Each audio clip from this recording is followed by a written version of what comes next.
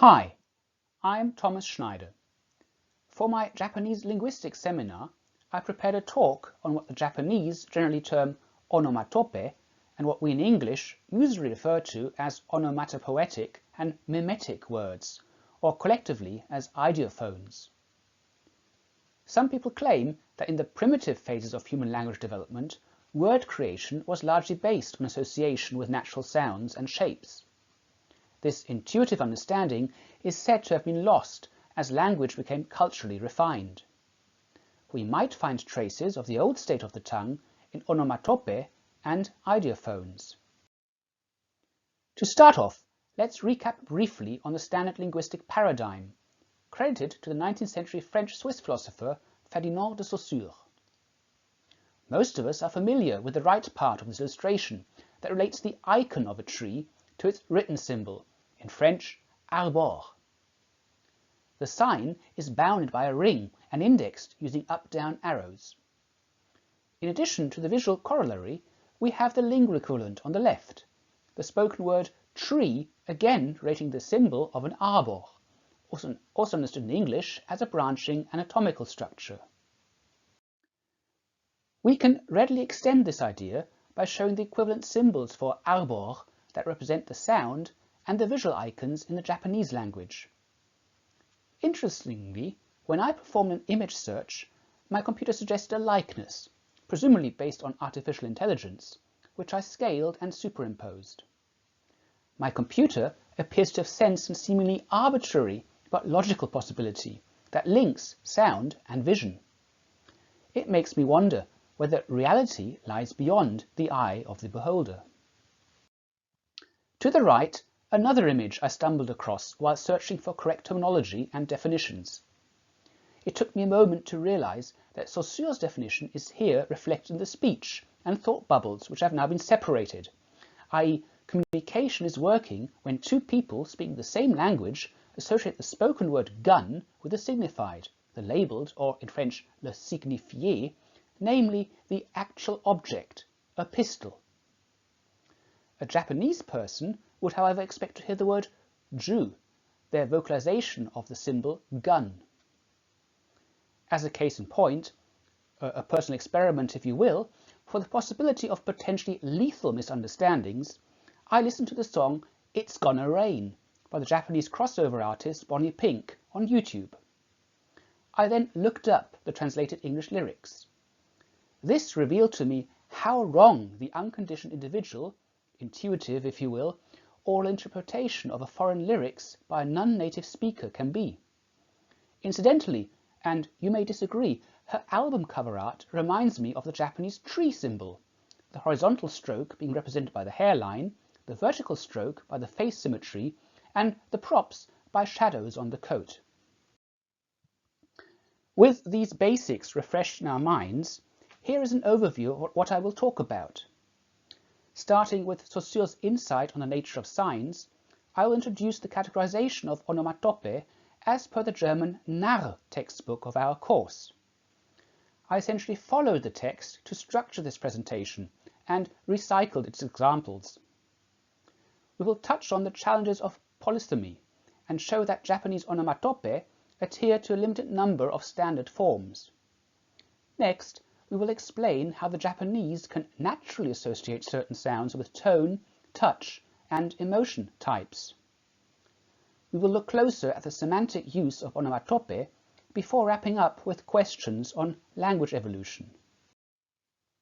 Jumping straight in, the Japanese approximately equivalate the term onomatope with what we in English call an ideophone. Saussure realized that signs are arbitrarily composed, i.e. the indexing between the label, a word, and the labelled, an object, is essentially unfathomable. However, onomatopoetic words, i.e. those imitating human or natural sounds, and those we call mimesis, i.e. words that paint a picture in our mind of an action or feeling, might count as exceptions to this rule. The many homophonic meanings of these words in the Japanese language present scholars with a challenge. Many books have been issued to properly explain the subtleties. The narr textbook recommends the reference works by Chang and by Kakehi et al. Indeed, I use the latter in the later part of this presentation, among other things, to ponder the signification of catcalls in Japanese. Rather than claiming Japanese exceptionalism, I want to emphasize that researchers have found many other cultures that are fond of ideophones. That said, Japanese is a widely spoken world language, whose practitioners make frequent use of a disproportionately large number of ideophones in regular daily conversation as well as in literary and historical texts. But, as I said, the Japanese are by no means unique. In Western languages, we have our fair share of bangs and boings, of plonk and bling. Here is a review by Dingemanse from 2018 of the wide range of terminology originally applied by linguistic scholars to ideophones in the English, German and French languages before Second World War, i.e. before research terminology became increasingly internationally standardized and anglicized. Whilst the Japanese language uses many onomatopoeias, gyongo, it really comes into its own due to an extensive vocabulary of mimesis, the so-called gitaigo and the gijogo.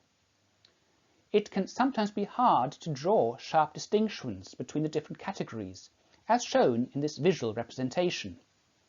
Our narr textbook further subdivides the giseigo, the imitation of natural sounds, as opposed to human or animal sounds, can be referred to as gyongo.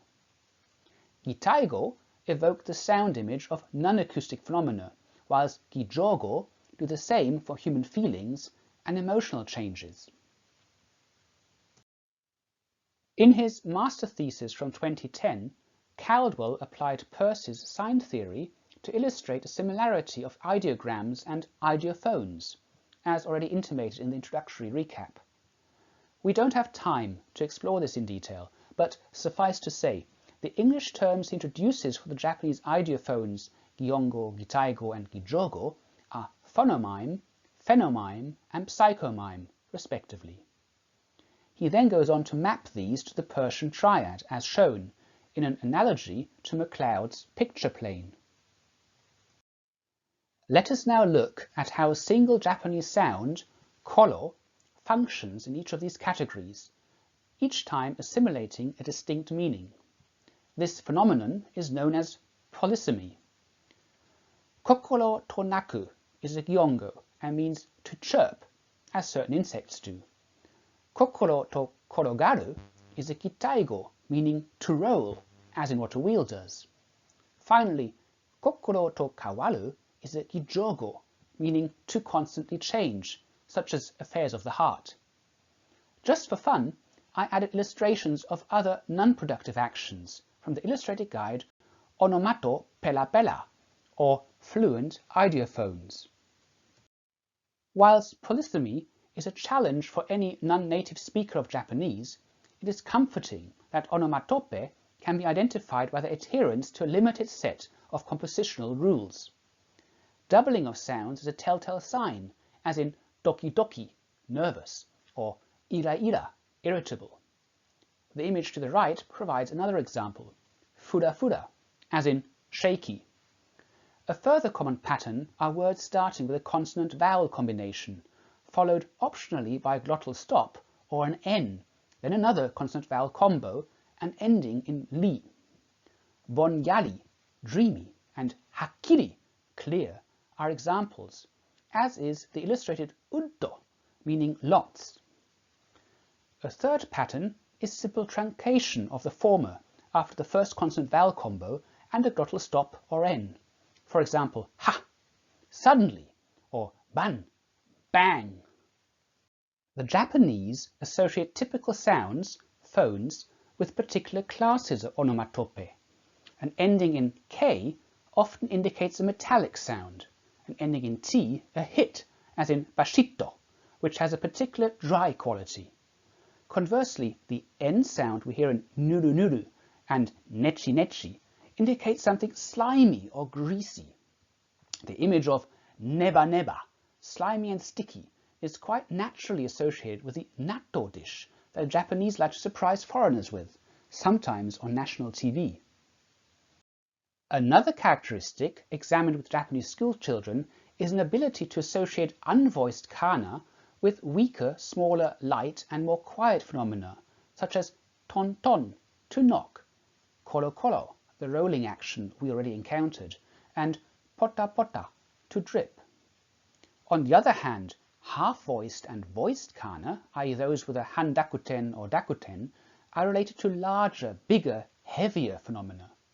So the light tapping ton ton can turn into a don don, a thrashing, your kolo kolo into a golo golo avalanche, and a pota pota into a bota bota, big splasher. To illustrate the versatility of the Japanese language, consider variations on koro. We already learned that kolo kolo is used for round and for small objects rolling. Korori indicates the sudden instantiation of the rolling motion. Cologne suggests just a single turn. Kolotto is reserved for small, light objects. Sorry, for this slide I only found unrelated and distracting images. How are the colourful onomatope used in the language? This is what semantics tells us. We encounter the words not only in Japanese comics and children's books, but in literary texts and in daily conversation. They are generally written using kana, mainly katakana, though particularly giseigo and gijogo are sometimes found as hiragana. Their use is mainly verbal and adverbial or attributive, in the latter cases indicated by particles such as to, na, or no, respectively. We have 3 example phrases on this slide in which the kolo sound appears, sometimes repetitively. In fact, onomatope are a necessity the Japanese language can hardly do without.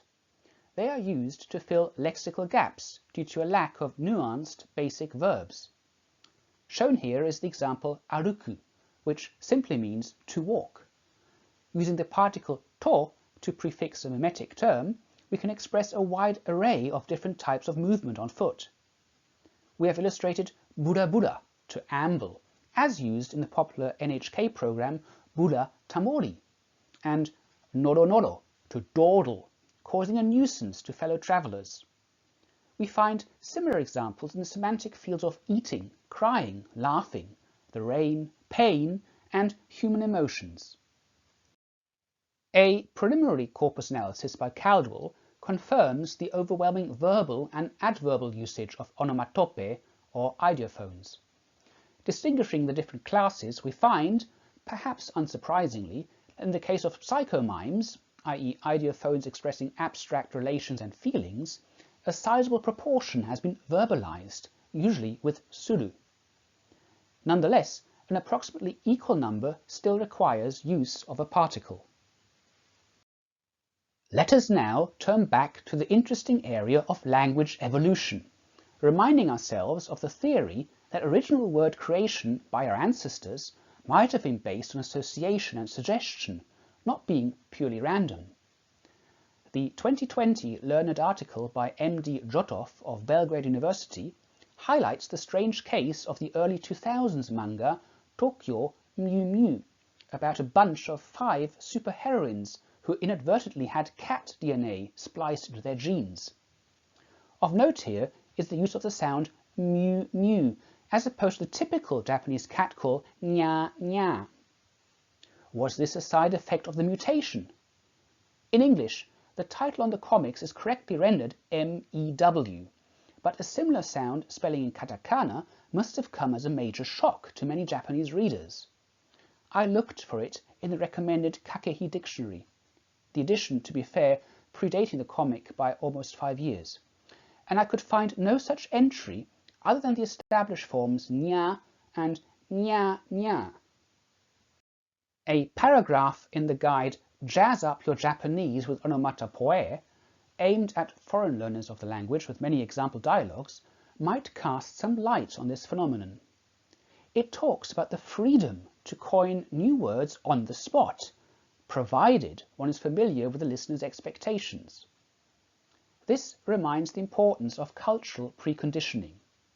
Any new word creation must fall within the imaginative bounds of a particular society and its own culture. I want to wrap up with onomatopoetic representations of laughter. In my opinion, the graphical elements add further complexity that only an educated reader can properly appreciate. The foreign learner is urged to carefully memorize the sound and connotations of different types of laughter in Japanese, to avoid falling into the trap of laughing inappropriately at the wrong occasion. More recent guides go further.